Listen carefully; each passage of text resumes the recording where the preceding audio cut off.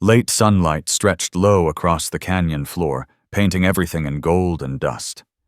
Wyatt McAllister moved along the creek with 2 empty canteens tied to his belt and a folded burlap sack over his shoulder. His boots cut steady tracks through the dry sand, where thin water still shimmered between the stones.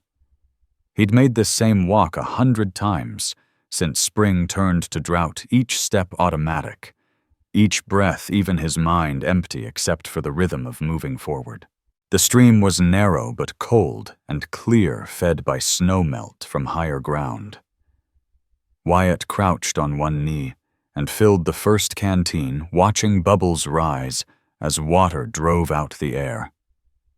The sound had always settled him, one of the few things that still did. He reached for the second, when a faint snap broke the stillness.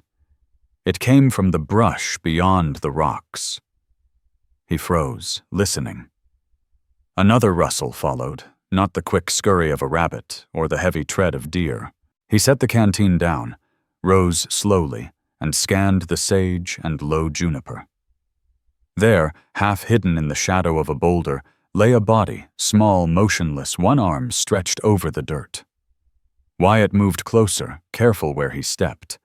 When he saw the face, he stopped. A young Apache woman, barely breathing, lay curled on her side. Her fingers gripped the broken handle of a knife, the blade snapped near the hilt. Blood had dried in a dark smear over her shoulder, soaking through the torn seam of her deerskin dress. Her lips were cracked white eyelids, sunken breath so shallow he had to watch her ribs to be sure life still clung to her. When his shadow crossed her, she stirred weakly and tried to lift the knife handle. It barely rose before falling from her hand. Her eyes opened, halfway, dark, unfocused, but fixed on him. Wyatt laid his rifle down gently and uncorked his canteen. He tilted it toward her lips, one hand steadying the back of her head so she wouldn't choke. She drank in small swallows, throat working hard water trickling down her chin. He didn't speak, just let her drink until her body eased. When she stopped, her eyes never left his face, watching, as if he were the last solid thing in the world. The wound at her shoulder was singed where a bullet had grazed through. Wyatt studied the brush around them. No hoof prints, no tracks, no blood trail. Whoever shot her had either chased her off or left her to die. She tried to push herself upright, but her arm gave way, and she slumped against his knee. Wyatt caught her before she fell, feeling fever heat through the grime of her skin. She weighed almost nothing. The broken knife handle slipped from her fingers into the sand. His cabin sat half a mile north, up a slope of rock and pine. He lifted her in his arms and started that way, slow, steady eyes scanning the horizon for riders. Her breath hitched each time his step jarred her wound, but she never cried out. By the time he reached the door, dusk had thinned the light to a narrow band along the ridge. He pushed the door open with his boot and stepped inside. The smell of old smoke and dried sage filled the cabin's still air. He laid her on a narrow cot by the stove. The blanket was clean, worn, soft. Her wound had crusted but needed care. Wyatt poured water into a tin bowl, stoked the coals, and reached for the half-empty whiskey bottle on the shelf. He tore linen into strips and set them beside the bowl. She didn't speak while he cleaned the wound, though her jaw clenched tight and her breath came sharp through her nose. Her eyes followed every motion of his hands, not in fear, just watching. When the whiskey hit raw skin, she flinched once, then went still again. Outside, the wind rattled the woodpile, then passed. Wyatt wrapped her shoulder firmly and pulled the blanket up to her collarbone. Then he crouched by the stove and fed it another stick of cedar. He didn't ask her name. He didn't need to. She lay silent, eyes open, tracking his movements in the firelight. Night settled around the cabin, wind scraping the roof, finding every gap in the boards. Wyatt checked the latch, set his rifle by the wall, and sat on the bench within arm's reach of the cot. The canteen he'd used rested by the hearth, half empty. Her gaze kept drifting toward it, as if it held some sacred meaning he didn't yet understand. He had no way of knowing that in her world giving water to the wounded bound a man to her for life.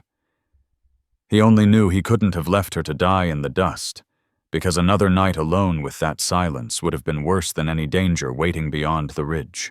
The fire burned steady through most of the night, though Wyatt McAllister woke twice to feed it when the wind died, and the cold crept in. He didn't sleep deep, hadn't for years, but he stayed in the chair beside the table instead of lying on his bunk. His boots remained on his coat, buttoned. Each time his eyes opened, the Apache woman, Naya Skyfeather, was still breathing softly on the cot, her face turned toward the stove's glow. At first light, she stirred. One hand slipped from beneath the blanket as if to brace herself, but the bandaged shoulder stopped her. Wyatt poured water into a tin cup and set it on the table beside her. She watched his hands move, studying each motion before daring to shift. Slowly, she pushed herself upright against the wall. The linen wrap around her shoulder had dried brown at the edges. She lifted the blanket just enough to glance at it like she was inspecting a stranger's wound. Wyatt noticed how thin she was, collarbones sharp under her skin. The torn seam of her deerskin dress revealing a strip of her arm where the beadwork had split. "You need more water," he said, his voice rough from disuse. She didn't flinch at the English. She reached with her good arm, took the cup, and drank without hesitation. When she lowered it, her dark eyes met his again, steady, curious, measuring. Wyatt didn't ask how she'd been shot. A woman that close to death didn't crawl that far unless danger was still chasing her. Instead, he asked, "You understand me?" She nodded once. "Some." Name, he asked, not to pry, but because it was what people said when words ran out. She hesitated, then answered Naya. He gave a short nod. She waited, expecting his name in return, but he didn't offer it. Silence was a habit carved too deep to break easily. Outside, the morning wind pushed against the shutters, and the first pale light slipped through the cracks in the wall. Wyatt stepped out for more wood. Frost clung to the bucket by the shed, and the air bit colder than the day before. When he came back with an armful of kindling, she'd swung her legs over the side of the cot, bare feet touching the floor. She tried to stand, gripping the table for balance. He set the wood by the stove and watched her closely. She didn't fall. "Rest," he said. She looked around the cabin, the single bunk against the far wall shelves of tools and tins, a kettle steaming gently on the stove, his coat hanging from a peg. Her gaze landed on the broken knife handle lying on the table. She reached for it, but didn't pick it up. Wyatt filled the kettle again and set it back on the stove. She followed his movements, then glanced toward the window slats, reading direction and distance. He knew what she was thinking before she spoke. "You alone here?" she asked. He nodded. Her shoulders eased a little, not relief, just acknowledgement. "Men come?" she asked, motioning toward the door and the trees beyond. "Sometimes," he said. "Not often. They don't come inside." She absorbed that in silence, her eyes returning to his. Then she said something that made him pause. "Water makes husband." She tapped her chest once, then gestured toward him. It wasn't a question. It was law to her. He stared at her, unsure whether she'd misunderstood what he'd done or if her meaning ran deeper. "That's not law here," he said quietly. She only blinked once and repeated, "Water, given to wounded. You give, I stay." Wyatt didn't argue. The conviction in her voice wasn't something talk could undo. She'd made her decision the moment that water touched her lips. He leaned his rifle against the wall beside the door. "You stay until you're strong enough to walk," he said instead. "Then you choose." She frowned, as if the word choice didn't fit any world she knew. "You give," she said again, touching her heart. "I belong." He didn't answer. There wasn't an answer that would bridge what lay between their worlds. A gust of wind hit the cabin wall, rattling the shutters. Her shoulders stiffened. Her eyes darted toward the floorboards near the stove, then to the trunk by the bunk instinct, searching escape routes. Wyatt took a tin plate from the shelf, broke a piece of dried venison in half, and added 2 leftover corn cakes from the night before. He slid the plate toward her on the table. She hesitated only long enough to see if he'd eat first. When he didn't move, she began.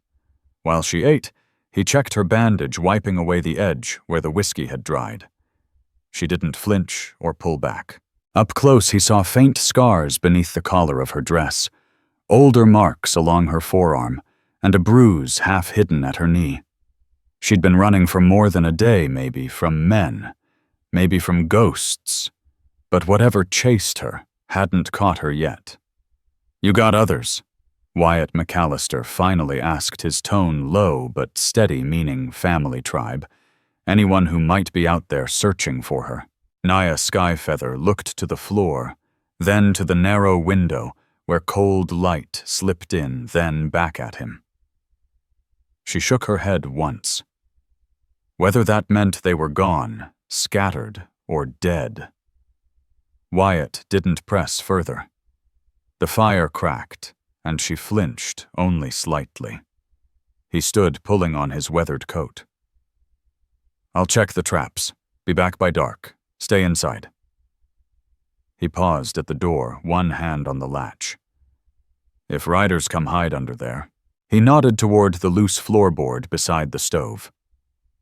Before he even finished, Naya limped to the corner, crouched, and ran her fingertips along the seams until she found the hidden cut in the wood. Wyatt watched her for a beat, realizing she understood far more than she let on. He looked at her once more before stepping out, shoulders squared, face unreadable, hand resting near the rifle slung across his back out of habit. She stayed by the panel until the wind caught the door and closed it behind him. Only then did she ease back to the cot, eyes fixed on the sliver of light where the frame met the jamb, breathing steady in a place that wasn't hers, but might be now. The air still held questions from yesterday. How she'd been shot, how long she'd been running, and what law she meant when she said husband. Those things lingered like smoke in the corners of the cabin, unspoken but heavy. By late afternoon, the wind had shifted west, thinning into a strange quiet that made every sound carry farther than usual. When Wyatt returned, he carried 2 rabbits in one hand and a coil of snares at his belt. His coat smelled faintly of pine sap and dust. Dried mud clung to the soles of his boots from the shallow creek crossing. Inside, Naya sat cross-legged on the floor by the stove, instead of the cot, her bandaged shoulder stiff but steady. She had swept the dirt into a neat pile by the door and stacked the tin cups on the table, as if bringing order to the place made it hers in some small way. Her eyes flicked to his hands, then to the door behind him, not in fear, but in measured awareness. Wyatt hung his coat on a peg and laid the rabbits on the table. The fire burned hot and even. She'd tended it right, feeding the coals at just the right time. He noticed her face cleaner than before, the streaks of dirt gone, her lips less cracked. She'd found the basin and the rag, probably the pitcher near the shelf, and managed to wash herself while he was gone. He dressed the rabbits without speaking, the knife scraping softly against bone. She watched him with quiet focus. When he dropped the pelts into a sack to cure later, she finally asked, "Men come today?" "No," he said simply. She nodded once, eyes still on him.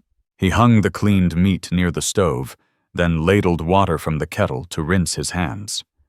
Her gaze shifted to the rifle, leaning by the wall.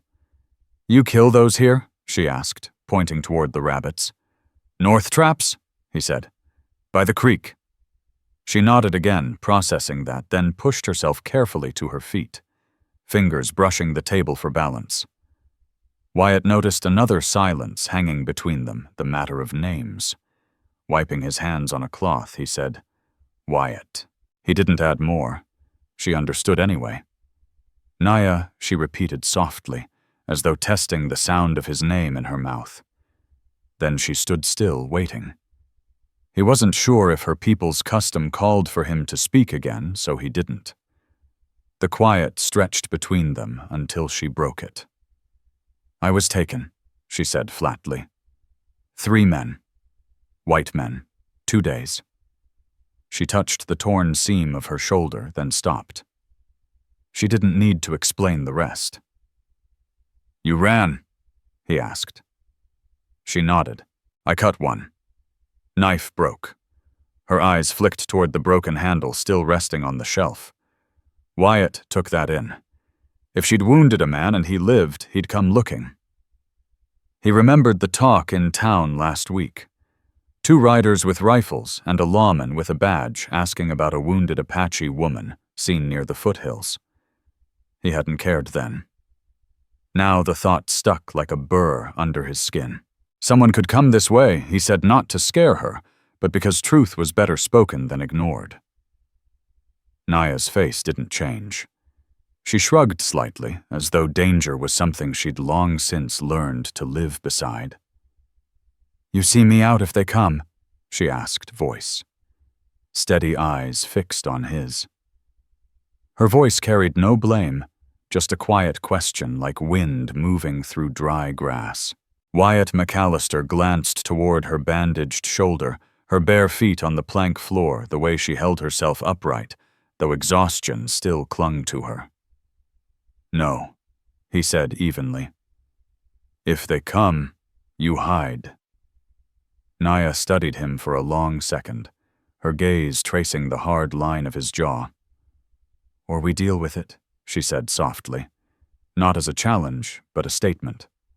Her tone carried the weight of someone who'd fought for her life more than once. He met her eyes steady. See. She tilted her chin slightly, a wordless truce, and said nothing more. When dusk deepened and the firelight turned amber, Wyatt stepped outside to split more wood from the pile behind the shed. The air had that edge that warned of an early frost. She followed, saying nothing, just stooping to carry what she could with one good arm. He handed her shorter pieces, and she tucked them against her hip, careful not to pull her wound. As they passed the window on their way back in, she paused. You had woman, she said quietly, eyes drifting toward the bunk, then to the old chair beside it before returning to him. She'd noticed the folded blanket at the end of his bed, the tin box resting near the trunk, the way everything was kept neat as if untouched out of respect. He didn't answer at first. It wasn't a secret. It was just a truth he'd buried deep enough to stop it from bleeding. She didn't press him. She simply waited patient as silence filled the space between them. My wife's dead, he said, finally, voice flat but grounded. 4 winters now. She absorbed that with no pity, only understanding. Child, she asked. He blinked, caught off guard, then nodded once. Unborn. Both gone.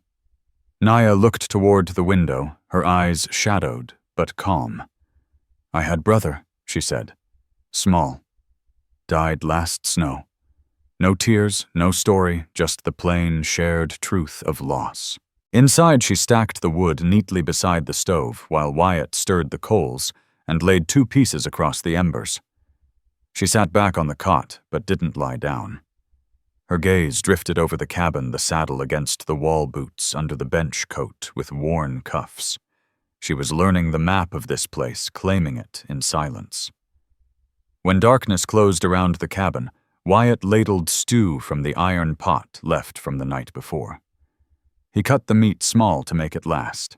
She ate without waste, wiping the bowl clean with a piece of bread before handing it back wordlessly. Then she spoke again, quiet but firm. I stay because you gave. I help because you keep. He didn't argue. He just nodded once and banked the fire low for the night. Outside, the wind had gone still, the stars sharp above the ridge. Inside, their separate griefs no longer filled the room the way they once had. Yet questions still hung in the dark. What if someone came to claim her? What if winter locked them in? What happened when the wound healed? But those questions stayed where shadows gathered in the corners waiting.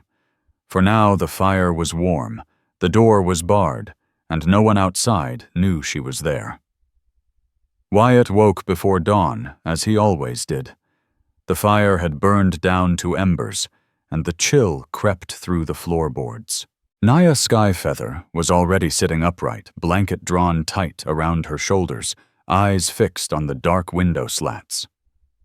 You hear something? He asked, voice rough with sleep. She shook her head. Wind changed, she said quietly. Smells different. He didn't ask how she knew he'd learned not to doubt the senses of her kind. He pulled on his coat and opened the door slow, careful not to rattle it. The air outside was colder sharp with the faint scent of horses that had passed beyond the ridge sometime yesterday. He stood there a moment, listening to the far-off hush of hooves that weren't there anymore, then closed the door and latched it. Riders were east yesterday, he said. Maybe they moved north through the flats. Naya pulled the blanket tighter, her eyes flicking toward the loose floorboard. He gave a slight nod. Not yet, he said. No sign close. He stirred the fire back to life, breaking kindling with one hand. She moved to the table shoulder, still bandaged, but her steps steadier now. He noticed she bore her weight evenly, healing faster than he'd thought. When the kettle began to steam, she looked toward him and asked, You have horse in the shed, he said, glancing toward the window. Old mare, but she's sure-footed. It wasn't just small talk. She was already thinking ahead of escape routes of survival, because that's what people who'd been hunted learned to do. Broke gelding. Old but steady, Wyatt McAllister said. Naya Skyfeather nodded, her eyes thoughtful, cataloging what little they had, like someone who'd already learned to measure survival in hoofbeats and miles. She wasn't planning escape yet, but she was keeping count, and Wyatt saw it. There was another question hanging between them, one neither dared to voice. Would she leave once she was strong enough to travel? Wyatt hadn't asked, mostly because he didn't yet know what he'd do if she said yes. But she spoke first. Those men, she said quietly, meaning the ones she'd fled. They take me from river camp. My people not there. Men from town see me. They follow. Wyatt leaned a hip against the table, arms folded, listening. She didn't rush her story. Each word came slow, hard, stripped of pity. They try trading near road, she continued. Another man say no. They shoot, I run. Bullet touch me here. Her hand brushed the wrapped shoulder fingers, grazing the scar beneath the cloth. Wyatt pieced together the missing parts. Someone had interfered not to save her, but to argue over her fate. Whatever deal those men had made had gone bad, and now they'd have reason to hunt her down again.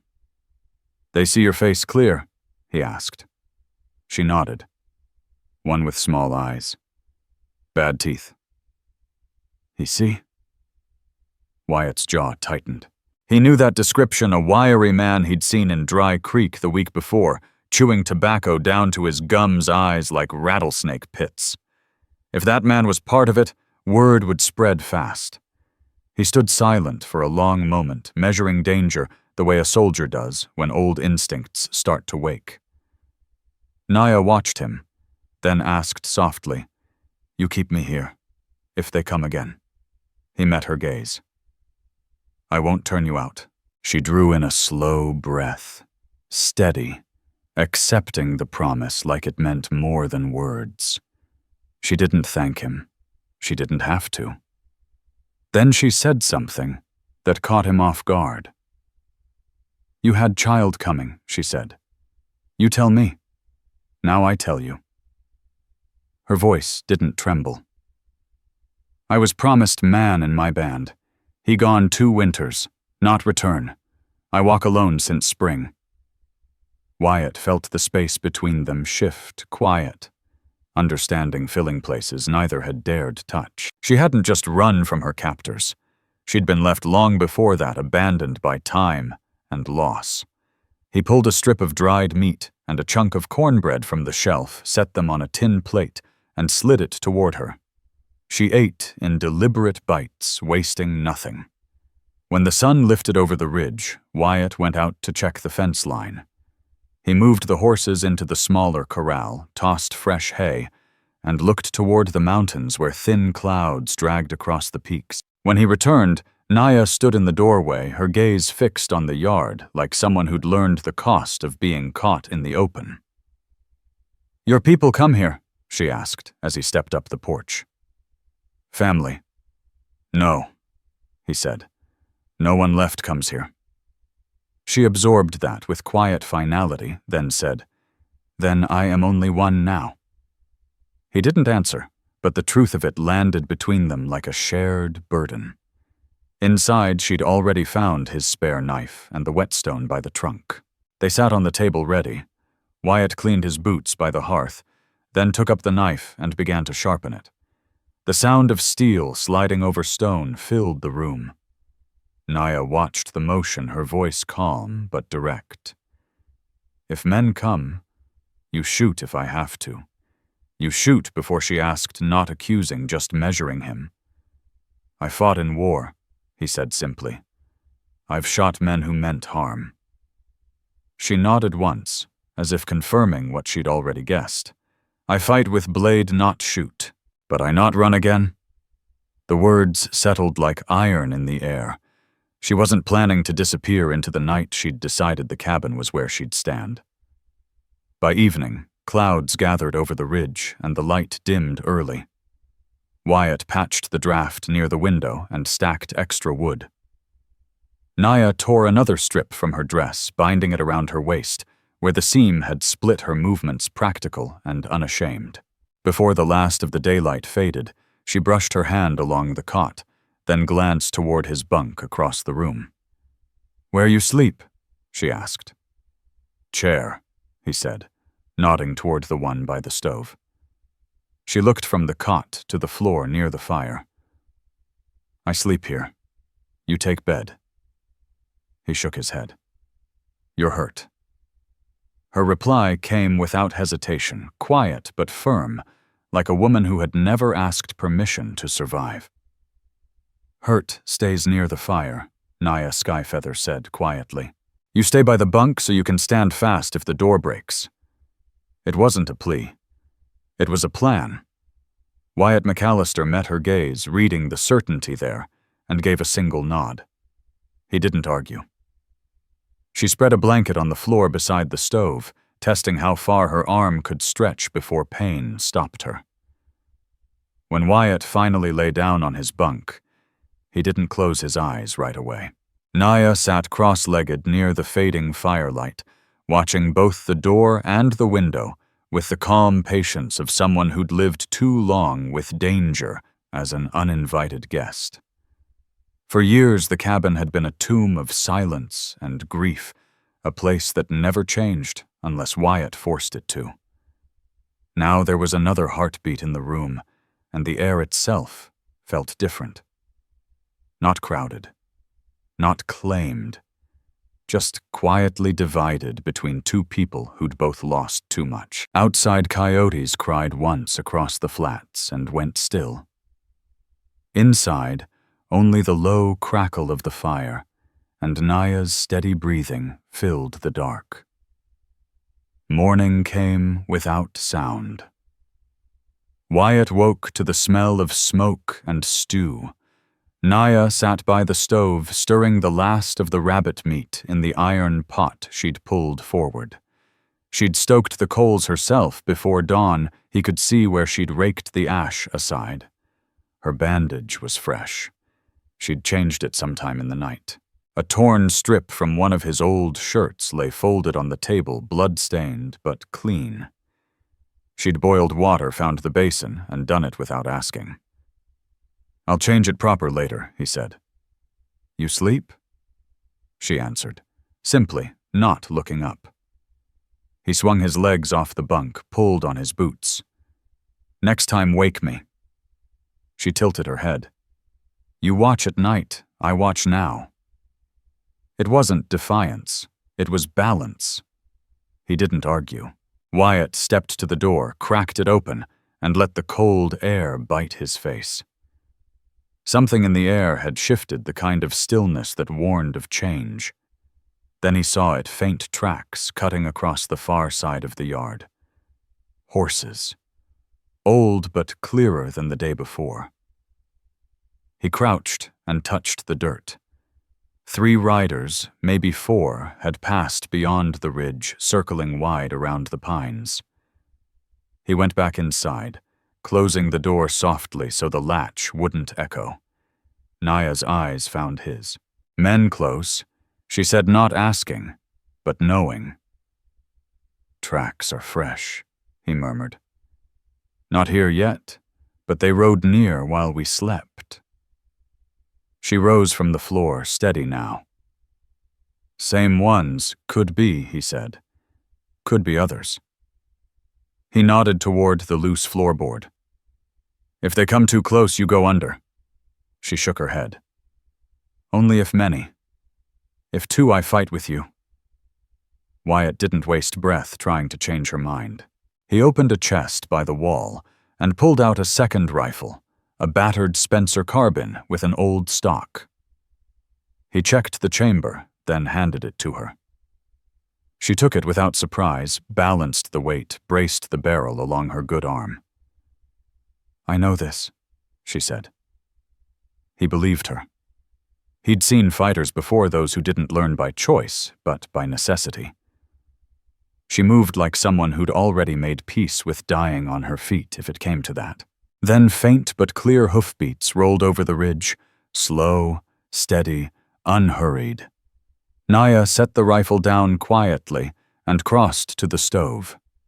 She covered the stew pot, wiped away the rabbit skins, erased every trace of a second person living there. Wyatt blew out the lantern near the window and shut the shutters tight. The hoofbeats drew closer, measured steps of men who knew they didn't need to hurry. "Under," Wyatt said in a low tone. She hesitated for the briefest heartbeat, then lifted the floorboard and slid beneath it. The space wasn't deep, but it would hide her if no one looked too hard. She pulled the plank back into place above her, silent as dust. The Spencer stayed with her in the dark. Wyatt stood by the table, one hand resting near the butt of his Colt, holstered at his hip. He didn't draw, just waited. Outside, 2 horses stopped. The crunch of hooves on dry dirt, the creak of saddle leather, the faint jangle of a stirrup strap. Then boots hit the ground. A heavy fist thudded against the door, firm, deliberate, carrying the sound of authority rather than anger. "McAllister," a man's voice called. "You in there?" "Wyatt?" McAllister recognized the voice. Sheriff Silas Boone out of Dry Creek. The second voice that followed was rougher, meaner, soaked in dust and whiskey. "Tracks lead this way," the man said. "She ain't far." Wyatt opened the door halfway, stepping into the frame to block the view inside. Boone sat mounted rifle across his lap. Beside him stood a thinner man with hollow cheeks and a scar running down his jaw, Jed Scar Raleigh. His eyes prowled the yard, scanning for movement. Morning, Boone said, though there wasn't much courtesy in it.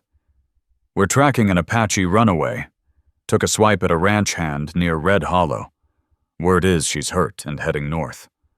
Wyatt didn't move. No one's passed through here. Raleigh stepped closer, squinting toward the creek. You sure about that? Got word she was seen near the water bleeding. Boone leaned forward in the saddle. We're checking every place with smoke and shelter. Saw your fire before sunrise. Wyatt kept his voice calm, flat.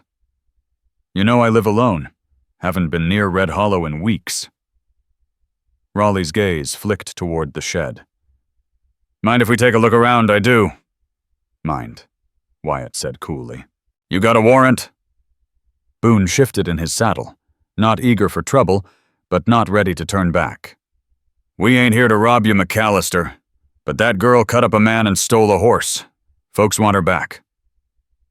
Wyatt's eyes hardened. Or they just want to finish what they started. Raleigh's hand drifted near his gun belt. She's property now. Was taken fair in a trade. Wyatt's voice dropped low, sharp as the edge of a knife. No one's property out here while they're still breathing. The words hung heavy in the cold air.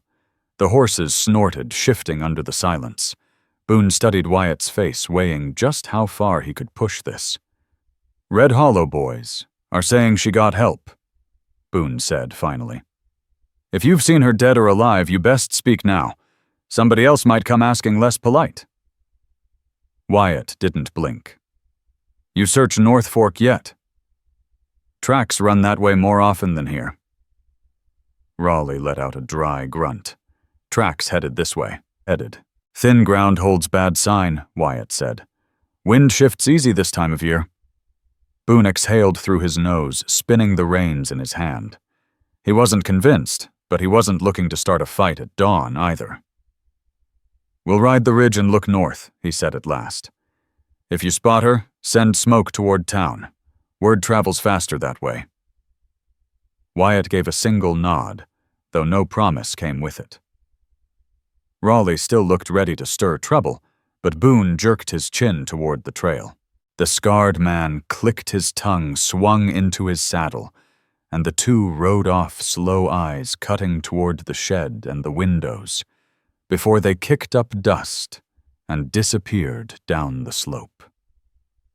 Wyatt waited until the hoofbeats faded beyond the trees, then shut the door quietly and dropped the latch. He knelt, pried up the loose floorboard. Naya Skyfeather eased out from the hiding space rifle still in her grip, eyes alert. You tell them nothing, she said flatly. I don't sell people, Wyatt answered. She straightened, listening toward the door, though the riders were long gone. They come again, she said. Yes, he replied. They will. Naya nodded once. Then I stay until done. There was no hesitation, no fear, just resolve. She wasn't hiding until she healed. She was staying to see it through. Wyatt glanced through the window slit.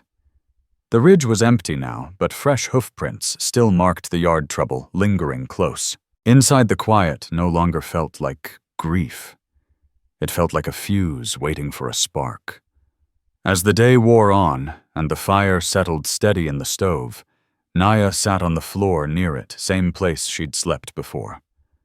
She untied the strip of cloth around her waist, trying to change the bandage on her shoulder. When she tugged at the linen, dried blood caught at the skin. Wyatt stepped closer, silent, knowing pain like that by heart. Wyatt McAllister poured warm water into a tin cup and set a bottle of cider beside it. Start with this, he said. Naya Skyfeather dipped a cloth in the water and carefully loosened the bandage. The wound along her shoulder had begun to close, no new swelling, no heat. Wyatt knelt beside her, cut away the blood-stained strip, and wound a fresh piece of linen around her arm. Her breathing never wavered. You keep bandages from war? She asked quietly. He nodded. What was left of them? Traded for new linen in town when I could. Her eyes lingered on the neatness of his work. Then on his face. Your woman. She know doctoring. Wyatt's jaw tightened. He didn't answer right away. She waited patient and steady. She could stitch better than any army surgeon I ever saw, he said finally. Kept salves in that box there. He nodded toward a small pine chest near the bunk. Made from pitch and lard when we didn't have oil. Naya tilted her head slightly, letting that truth settle. She didn't pry further. When he finished wrapping her shoulder, she reached for the chest, slid it closer to the stove, and lifted the lid. Inside were folded rags, dried herbs, and a tin of hardened salve. She unwrapped one bundle and breathed in. Yarrow, she murmured. Stops the bleeding. You know plants? He asked. Some. Old women teach before I walk with hunters, she said. You got any left from your people? She shook her head. Lost when they take me. He nodded, standing. Got boneset in the shed. Bit of willow bark. Not much else. I can find more, she offered. You don't leave the yard, he reminded her. She didn't argue, but her eyes said otherwise she'd go if she had to. They worked in silence for a while. Wyatt scrubbed tin plates in the basin. Naya swept the ashes from under the stove. The quiet between them wasn't strained. It felt earned, like something fragile that neither wanted to break.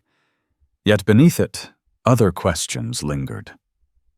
The way the men had spoken of her earlier, like something owned, not someone free, gnawed at him, and she hadn't forgotten the promise he'd made near the water. When your woman died, she said softly, you bury her here. Wyatt stared at the floor for a long beat. Ground was frozen.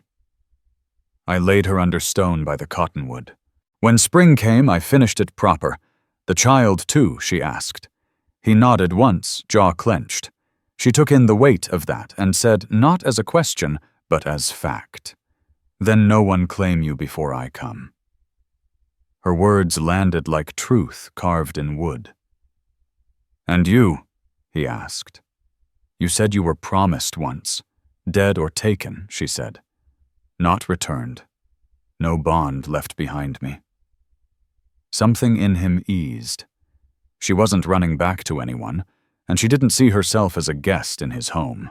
When the wind picked up again, Naya closed the chest and went to the window. She peered through the narrow gap. Men come back, she said quietly. Maybe not today, but soon. Wyatt joined her. They know you're hurt. They think you'll run or die out here. I not run now, she said flatly. If I go with you. If I fight with you. He studied her face and nodded. If it comes to that, he said, we'll choose where we stand and make them regret coming this far. Her eyes searched his for the weight behind those words. Then she asked something he didn't expect. You let me call you husband when they come? He froze. Not because he didn't want it, but because no one had said that word to him since he buried Evelyn McAllister and the child she carried. After a long silence, he gave a slow nod.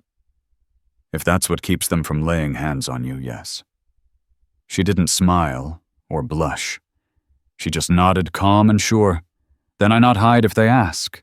You hide if there's too many, he said firmly. We don't win if they drag you out while I'm still breathing. She considered that, then gave a small nod. If many I hide. If few I stand. He didn't argue. That was the closest either had come to setting rules. By late afternoon, clouds thickened over the ridge, but no riders crossed the horizon. Wyatt carried water from the creek and filled the barrels near the shed. Naya gathered kindling by the door, tying cloth around her arm to keep the bandage steady as she worked. The wind hummed low through the pines, and for the first time, the cabin didn't feel like a tomb. It felt like the edge of something alive. When night came down, Naya Skyfeather sat by the hearth, cleaning the knife Wyatt McAllister had sharpened the evening before. She'd wrapped the broken handle with a strip of leather, her handiwork giving it new life. She hadn't asked permission, just fixed what needed fixing. "You ever worked on tools before?" Wyatt asked. She nodded. "My father mended bows." "I watch." "You have a father still?" he asked, realizing he'd never once asked about her kin. "Killed last summer," she said simply. "Raiders from the south took horses. He fought, didn't live." Wyatt didn't say he was sorry. She didn't need the word. But it hung there between them anyway, heavy and unspoken. That night, he didn't sleep on the bunk. He stayed on the floor near the door rifle, resting against his knee, keeping watch. Naya sat near the stove legs, wrapped in a blanket, the repaired knife beside her hand. Neither spoke of what they were to each other anymore. The decision had already been made. She belonged here now, and he wasn't about to give her up. Outside, the prairie stretched quiet beneath a moonless sky, the kind of stillness that made men dangerous. Some hunted for justice, others for ownership. Inside that small cabin, two people who had nothing left but their word waited for whatever might come next. The dawn broke gray and breathless. Wyatt stepped out before the sun hit the ridge, scanning the horizon, the tree line, and the creek bend. No riders, no smoke. But the tracks from yesterday still scarred the dirt crusted over by the night's frost. When he came back inside, Naya had already boiled water and set out tin cups. She moved easier than before, stiff but steady. Her dark hair was tied back with a thin strip of leather cut from her dress. There was no weakness in her now, only resolve. As they ate what was left of the bread and stew, she asked quietly, "You have papers for land, for name here?" He looked up from his cup and nodded once. "Deeds in the trunk, signed in Santa Fe when I took this place after the war. Name's legal.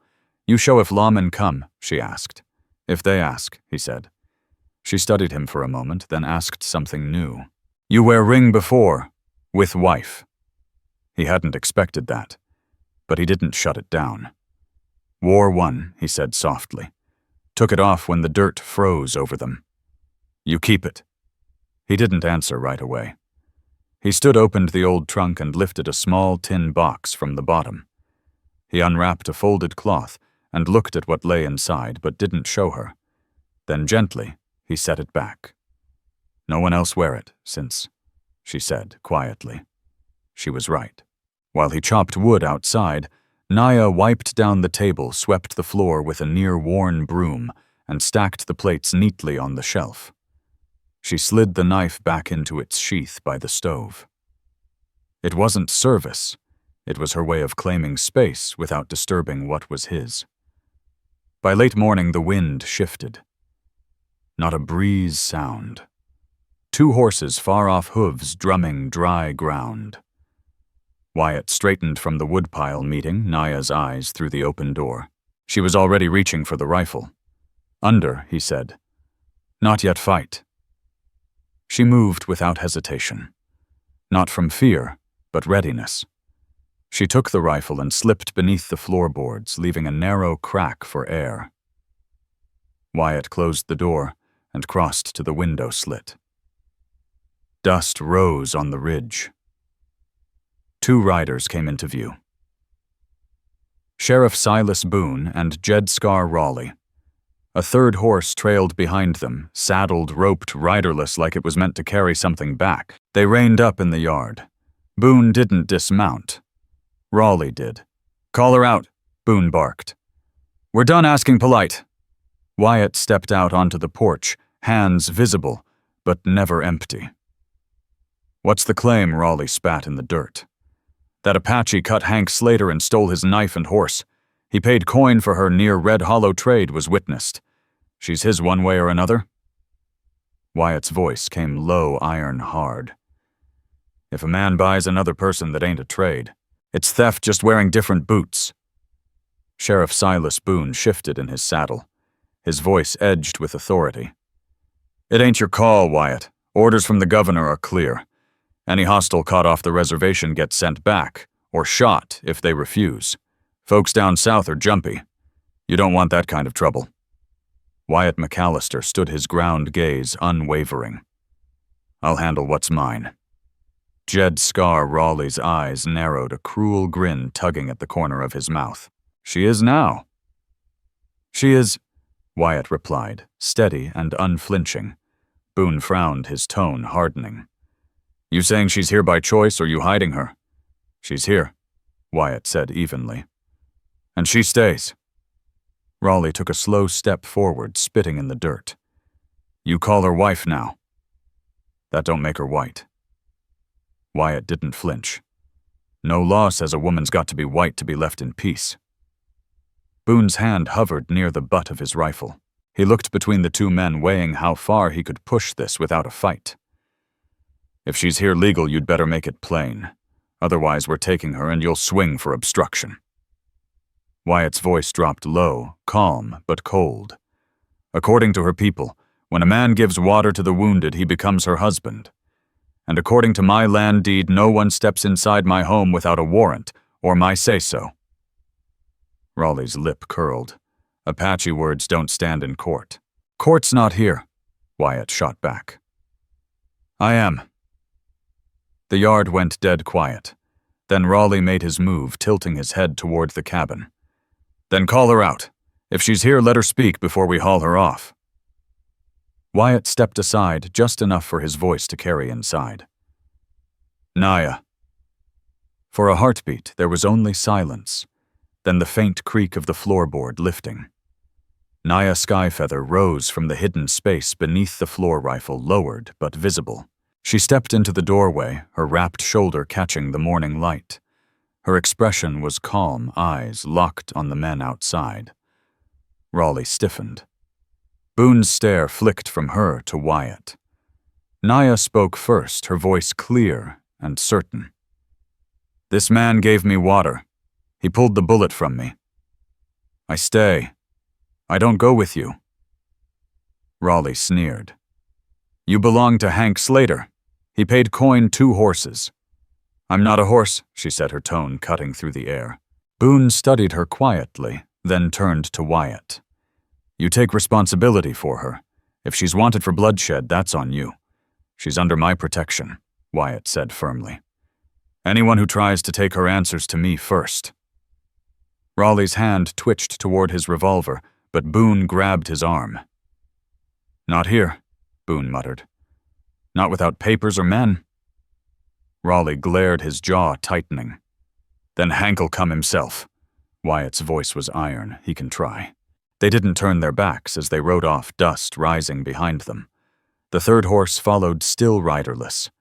When the last sound of hooves faded, Wyatt shut the door and dropped the bar across it. Naya rested the rifle by the wall, then turned toward him.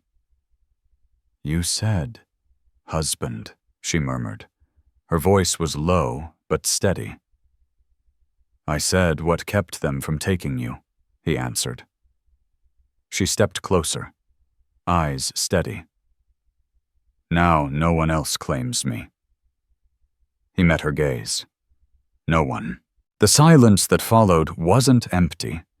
It carried weight. It wasn't the uneasy quiet of two strangers anymore.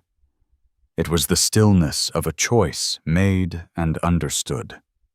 She glanced toward the shuttered window. "They'll come again. With more." "We'll be ready," he said. Then she added, almost as a vow, "If I stay your wife, you won't send me off when spring comes." He didn't hesitate. "You're not leaving." She absorbed that without surprise, just calm acceptance, like she'd already known his heart before he spoke it. The rest of the day passed without the sound of hooves. But something deep had shifted between them, something no lawman could undo. By dawn, frost hardened the earth outside, and the cold settled in the bones, the kind of stillness that comes right before the storm. Wyatt McAllister stepped outside to split some wood, while Naya Skyfeather carried the basin inside melting snow for water. She moved slower than before, but without a flinch, the wound no longer raw, the muscle beneath just beginning to mend. Inside the cabin, she'd folded the blanket she'd used by the fire and laid it neatly on the cot instead of the floor. When Wyatt came back with an armful of logs, she looked at him and nodded toward the bunk across the room. "You sleep there," she said quietly. "I take the floor if danger comes, but not while it's cold." He set the wood down by the stove. "You're still healing," he said. She didn't argue. She just left the blanket folded and busied herself at the table, her movements calm and deliberate. There was no submission in the way she worked, only a quiet, steady intent to share the space without either of them standing outside the other's claim. Wyatt checked the cartridges in his Winchester, then the Spencer carbine resting near the hearth. He noticed both barrels had been cleaned, the stocks wiped with a soft cloth, and the tear in her dress had been mended with thread taken from one of his old shirts. "You go through my trunk?" he asked. Naya looked up. "Only cloth. Didn't read papers." She paused, then added, "I don't take what's not given." He gave a slight nod. "If you need something, just tell me. You don't have to search quiet." Her gaze held steady. "You didn't say not to touch." "I learn a place by seeing, not by asking." It wasn't defiance. It was truth spoken plain. As the day went on, she asked another question. "If man come lawman, and he ask my name, what you say?" "Your name?" Wyatt asked. She hesitated, then said, "My people call me Naya. White men say it wrong." "Change it. I'll say it right," he replied. She gave a small nod, but didn't smile. She went back to scrubbing the tin bowl, then said softly, "If they ask whose woman I am, you say my name too, not just yours." That caught him off guard. "What name do you take then?" She answered, without pause. "Naya Skyfeather," she said. She spoke it like it was carved into something sacred. Wyatt didn't correct her, didn't even blink. He just repeated it once, quiet enough for her to hear.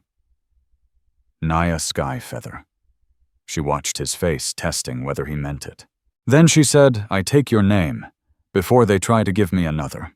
That settled something that had hung between them since the day at the creek. Later, while Wyatt tightened the door hinge, Naya sat by the stove, cutting cloth into fresh bandages. His voice broke the silence. "You're not marked on any paper, right? No document says your property?" She shook her head. "They trade with words and coin, not writing. No one holds paper with my name." "Good," he said.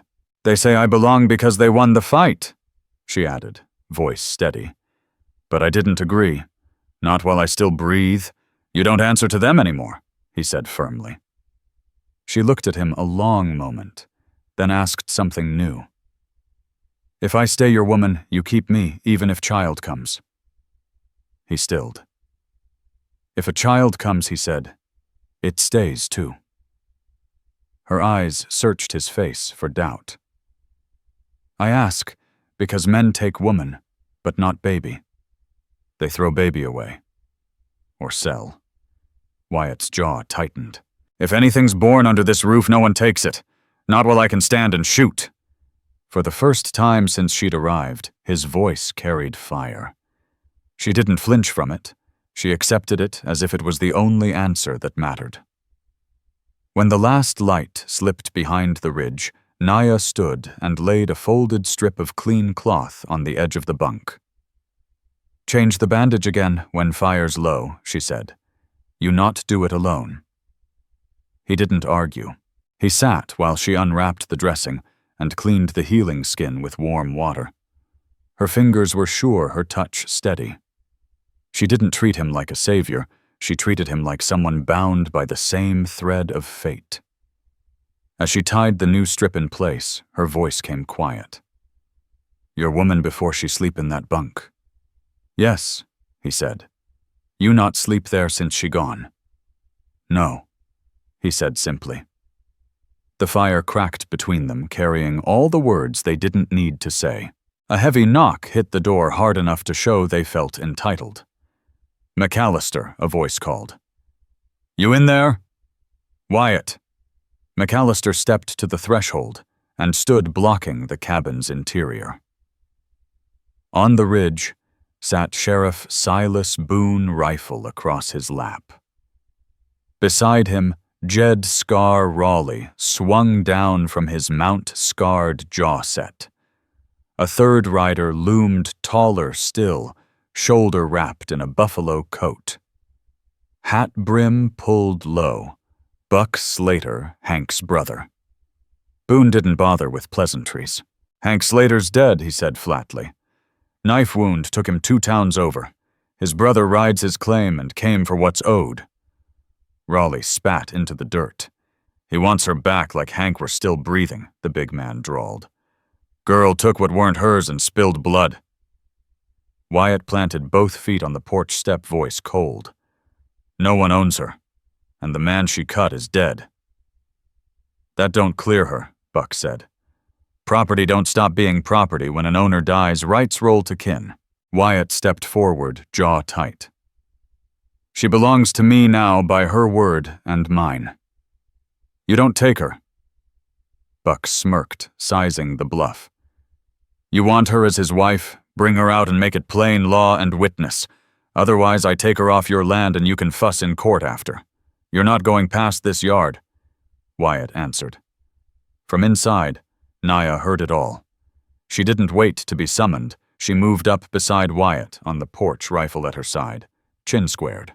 Buck stared at her for the first time and saw not a wounded thing in the dirt, but a woman who wouldn't be pushed. "You leave here," she said, voice low and steady. "I don't go with you." "You not go bound or traded," Raleigh snapped. "You got no right." She cut him off with a look sharp as a blade. "He gave me water. You took my blood on his cloth." "I stay," she added. "You die if you cross this house." Boone shifted uneasily in the saddle, no man eager to draw on Wyatt, who'd earned the town's wary respect. "We can settle this at the post," Boone muttered. "Papers and such." "There's no paper on earth that makes me hand her over," Wyatt said. "She bears my name now." Naya didn't hesitate.